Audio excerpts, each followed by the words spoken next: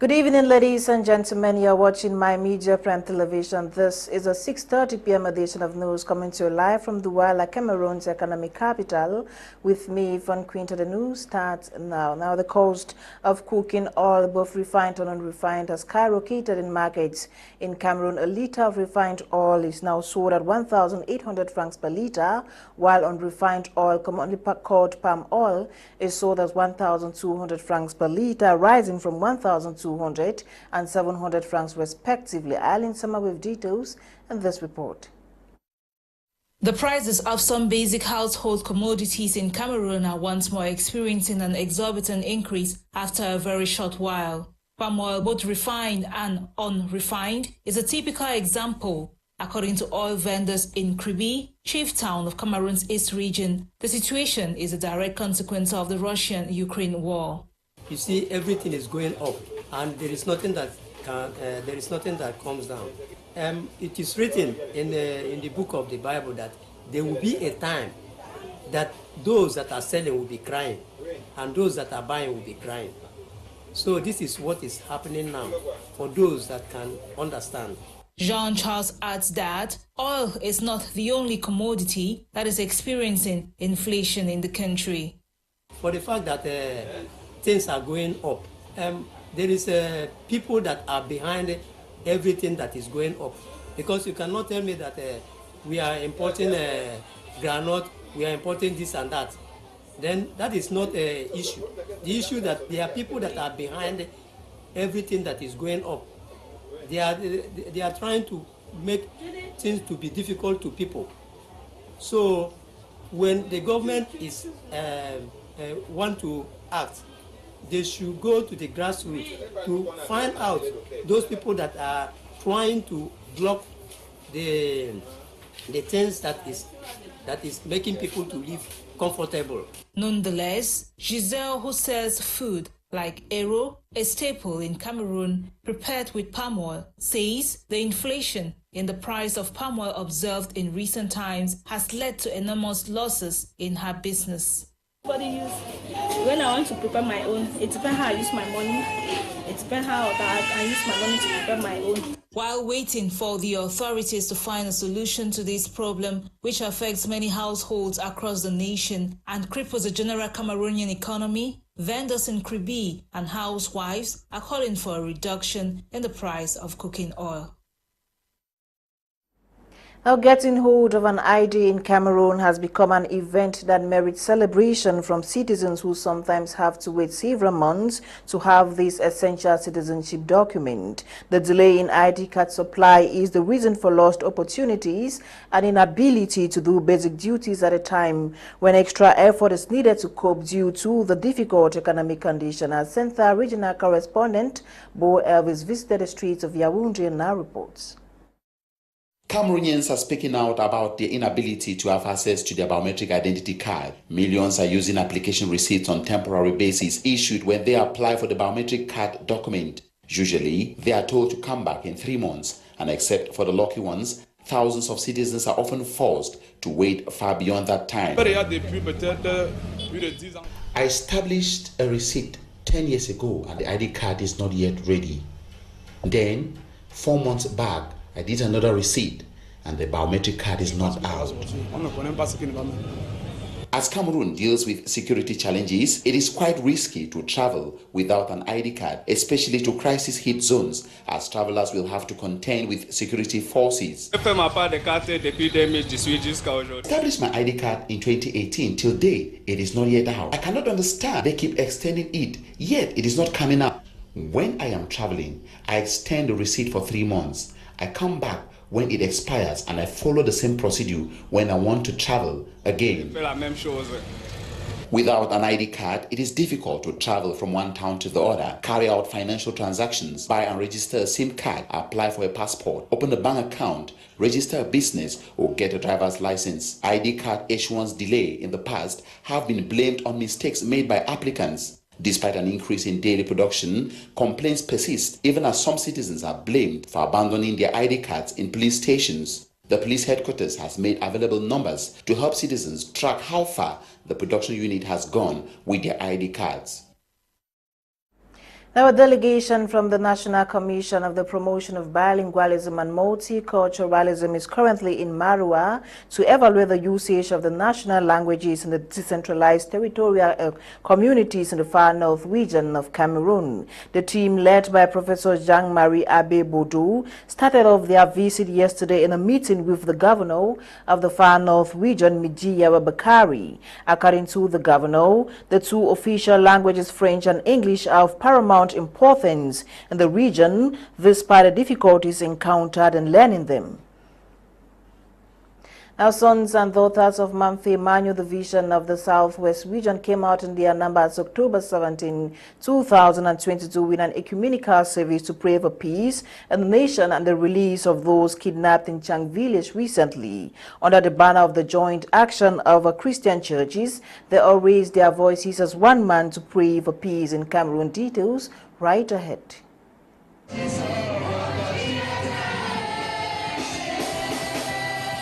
Years of fighting between separatists and the state of Cameroon has hit Anglophone Cameroonians hard. Women, men as well as children have felt the devastating effects of the conflict, with thousands killed and hundreds of thousands displaced as a result of the crisis in the two English-speaking regions of Cameroon. To unearth the situation, sons and daughters of Mamfe Manu Division of the Southwest region of Cameroon have decided to seek the face of God for a solution to the crisis. They gathered at the municipal grandstand for an ecumenical service under the banner of the joint action of Christian churches to pray for peace in the nation. Ever since the crisis began, we have done several things as people of Mamfe to curb the excesses of the crisis, and none of them seem to be working. We have prayed even as individuals. Monday has become our individual prayer dates for the respective churches.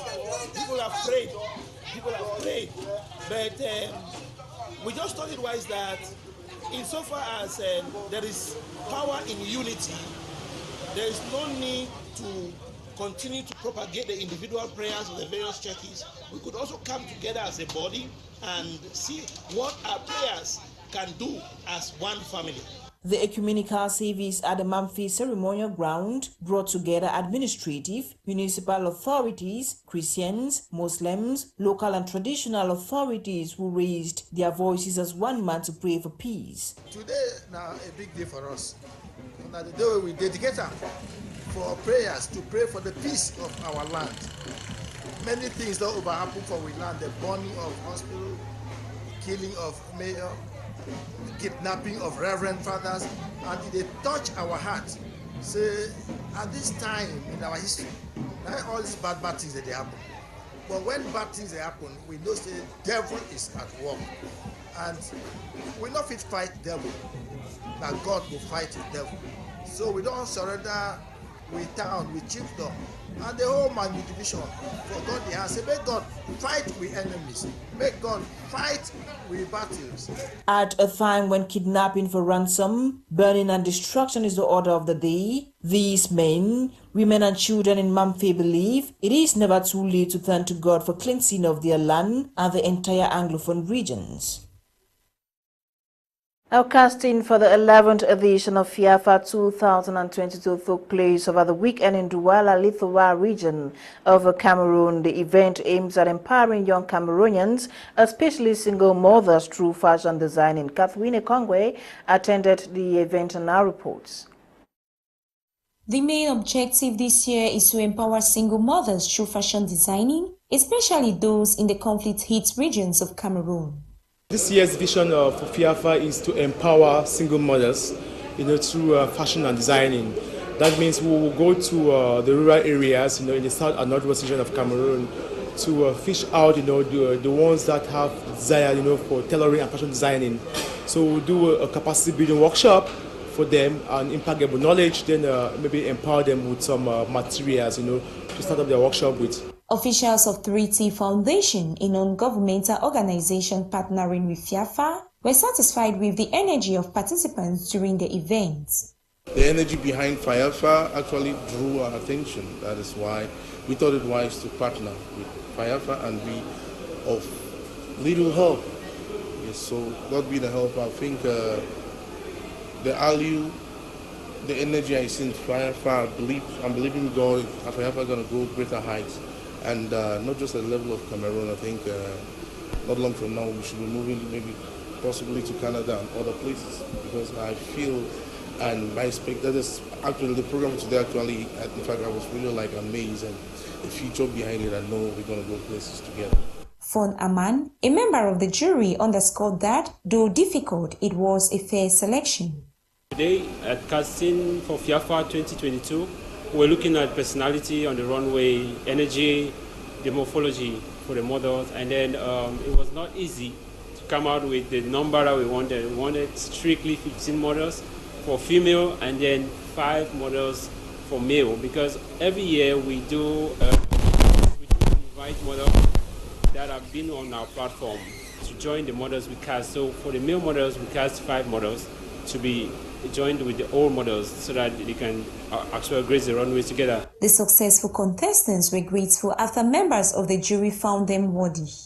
Very, very excited. It was pretty fair, like really fair. I'm really happy with the selection. There was like no playing over it. It was really good. I'm really happy. I'm selected and I'm glad, I'm gorgeous, I'm happy. Yeah, I'm excited because I'm here and it's my first time to participate at the FIFA show. According to the CEO of FIFA, for the past 10 years, FIFA has empowered more than 500 young Cameroonians, especially single mothers, through their workshops, seminars, and events, and hopes to empower more young Cameroonians in the years ahead. Mental health disorder remains a health emergency affecting nearly 1.2 million people worldwide. Now a medical practitioner, through his book titled War Within, seeks to provide methods to help deal with mental health related issues. Bokengo Wadi completes the story.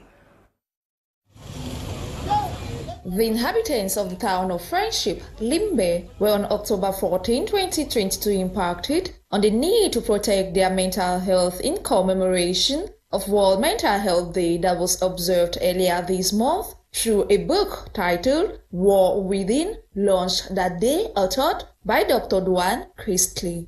War Within is actually a self-help book to help people who have mental health challenges, people who are coping with stress, who are going through depression. We know that, as a matter of fact, in the African society, we have people who don't cope very well with all these problems, be it in the household, at work, and in the society at large. Inspired by his personal struggle regarding mental health, he says, I was inspired personally because 2 years ago I had my own personal mental challenges, and I started jotting down viewpoints from well-renowned authors around the world using this well-known Stoic philosophy, which the book is centered around, and using the mental health approach to help people while having these challenges to overcome them.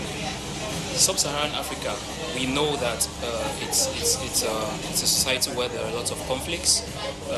There are over 17.3 million, according to studies carried out by Chiche et al. In 2021, with 66% of these people who have mental challenges being under 18 in Cameroon. Many at the event applauded the timely publication of this book in hopes of it to help bridge the mental health gap, break stigma, as well as stoicism. The war within is the most important battle we face in life. It's always important that we have mastery of our mental space. That mastery is what is going to enable us to live a life free of insecurities and unnecessary baggage. Our mental health depends on that. Mental illness is not something that you can turn on and off. Like, it's an illness like any other illness. It's like malaria. So there are things that we can do to prevent malaria, but they are not foolproof. So it's always a struggle to try to help people in those situations. According to some mental health advocate at the event, mental health issues are highly overlooked around the world and even in the country, but can be managed. Reading, outdoor activities, get off your phone. Everybody is always so focused on their phone from morning to night. Get off your phone, go outside, experience nature. And talking to people anyway. You should always have somebody that you can confide in. You just meet this person up and just vent. Have people around you who do not judge you, who do not try to force or impose their opinions on you. You can just speak to them, and whatever is bothering you, just talk, or better still, you write it down. Worthy of note is the fact that the mental health conditions are on the rise worldwide, with more than 1 billion people living with the type of mental disorder, accounting for the overall cause of disease burden globally, and taking the life of one person every 40 seconds through suicide. Sadly, only 1 in 8 persons will get the deserving treatment for their mental health conditions, while millions more are unaware of their mental health status and well-being. To education, the Higher Institute of Business Management and Technology, HIBMAT, has carried out an orientation ceremony of students at the Bona Musa de Douala campus. The event was aimed at introducing the newly admitted students to the faculty and staff, as well as drilling them on the rules and regulations governing the institution. Nicole Tucker completes the story. Newly admitted students of the Higher Institute of Business Management and Technology for the 2022-2023 school year have been drilled on the rules and regulations and asked to respect the principles governing the higher institution. This was during an orientation ceremony that took place at the HIBMAT Bona Musa de Douala campus on Monday, October 17, 2022. There is practically no way after graduating from this professional university institute, they should not be able to fend for themselves. If they complain of lack of opportunities for them in the corporate world, it means there's actually a particular problem with them. There is no limitation for a product of a professional university institute. All the students of this school will be truly the future leader of this country. That is what I expect from them. Thank you. Leading not only in terms of politics, not only in terms of social, but also in terms of the pragmatic areas which we have noticed in them, especially in the business world. School authorities say they are aware of the challenges that lie ahead and hence brace up for them. The labs have been set up. We have a computer lab with a good number of machines ready to receive our software engineering students. We have enough equipment in a newly acquired block to serve and of course comfortably accommodate students of our newly approved School of Health Sciences. We have several equipment in there, beginning with a microscope, a mannequin, as you rightly put it, and several other equipments. The lecturers have already been drilled on the task that lies ahead of them in the course of this academic year. Students on their part are well prepared to kickstart the 2022-2023 school year. HIBMAT is one of the best schools, of the best universities in our country, where we can easily learn health, things about health, computer science, and electronics. From the orientation, I think it will be very pleasant, and from there I saw what I really wanted to do. If I'm able to meet up with our goal, to achieve our goals, and able to build a strong nation and development in this country. So how are you going to start this school year different from last year? Okay, for this school year, I will start it with a lot of strength. Orientation ceremony is the norm of every higher institution in Cameroon. It provides the ground for school administrators, lecturers, and students to be well acquainted with what is expected of them as the new school year begins. Now, the University Institute of the Gulf of Guinea recently hosted a graduation ceremony to celebrate this year's outgoing student. The solemn ceremony, which coincided with the celebration of 30 years of existence of the school, equally saw the award of prizes to the best all-round students. Joy Ngong attended the graduation ceremony and puts together this report. After several years of studies, the most awaited day in the life of every student has finally come for these former students of the University Institute of the Gulf of Guinea. The solemn graduation ceremony of the class of 2022 coincided with the celebration of 30 years of existence of the school campus. The celebration of this graduate was very nice. It was exceptionally well organized because we are celebrating our graduate and celebrating the 30th anniversary of the existence of our campus. So the specialty here was like, we honor all those who pass with distinction by giving them precisely special prizes, and then they receive it in the hands of the governor. The highest authority was there to represent the Minister of Higher Education. Representing the Minister of Higher Education, the governor of the Littoral region urged the laureates to go into the professional world with the good values of life. That was after paying homage to the founder of the University Institute of the Gulf of Guinea, now of blessed memory. Let me begin by these quotes of Martin Luther King, who said that all men are created equal. And we hold these two self-evidence that all men are created equal, but they are endowed by the Creator with certain unalienable rights. Among these are peace, life, liberty, and pursuit of happiness. During the solemn ceremony, students with the best performances at the level of the institution and at the national level were rewarded. The University Institute of the Gulf of Guinea celebrates its laureates who came out with the best academic performances. We saw that in all departments in general, and especially in some, we have a 100% pass, a result which indicates the vitality of our institution, the quality of our teachers. A moment of joy for the students as well as their parents. An honor for me to be here present today to receive such an award. It was not by my power nor by my grace, it was by the grace of God.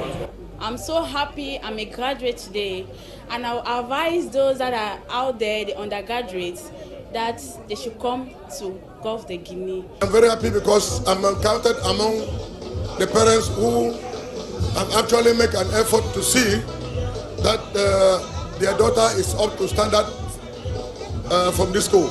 The administration of the University Institute of the Gulf of Guinea can say with conviction that these laureates have been equipped with the necessary tools to excel in the professional world. To sports, 34-year-old French footballer Karim Benzema has won the 2022 Ballon d'Or award after lifting the Champions League trophy last season. Meanwhile, Senegal's Sadio Mane makes history to become the first African in the top 3 since 1995. Sports lady Eyong Besong Magdela with details in this report. French national team and Real Madrid striker Karim Benzema has emerged winner of the 66th edition of the Ballon d'Or as best footballer of the 2021-2022 football season, an award ceremony that took place on October 17 in Paris. The 34-year-old Real Madrid captain outsmarted Senegal and Bayern Munich forward Sadio Mane, Manchester City's Kevin De Bruyne and Barcelona's Robert Lewandowski, who came out second, third and fourth respectively. An award considered by all to be well-deserved, Benzema becomes the second oldest player to lift the prestigious Ballon d'Or trophy, and it took the Frenchman 24 years to succeed Zinedine Zidane, who was the last Frenchman to grab the award in 1998. Today, Benzema is the fifth. His coronation is arguably indisputable after having a very fruitful 2021-2022 season in the Champions League, as only Cristiano Ronaldo had done before him. Lifting the trophy was an added advantage. Sadio Mane, on the other hand, becomes the first African in the top 3 since George Weah, now president of Liberia, did in 1995, Samuel Eto'o and Didier Drogba as well in 2009 and 2016. In the meantime, Barcelona women's captain Alexia Putellas has been elected Women's Ballon d'Or winner for the second consecutive time. The 28-year-old becomes the first winner to retain her Women's Ballon d'Or title. She's ahead of Arsenal and England's Beth Mead, Chelsea and Australia's Sam Kerr and Lyon's Wendy Renard. It should be noted that for the first time since 2007, neither Cristiano Ronaldo and Lionel Messi are on the podium. Ronaldo was 20th on the list on 30, but Lionel Messi did not even feature in the top 30 nominees. Ladies and gentlemen, that concludes today's edition of Prime News on My Media Prime Television. My name is Fon Quinta. Coming up at exactly 7 p.m. is Prime Hour with Kum Leonard and his team. We meet again tomorrow for another edition of What's Making News in and out of the country. Till then, have a blessed evening in the company of more programs on the African Eye. Good night.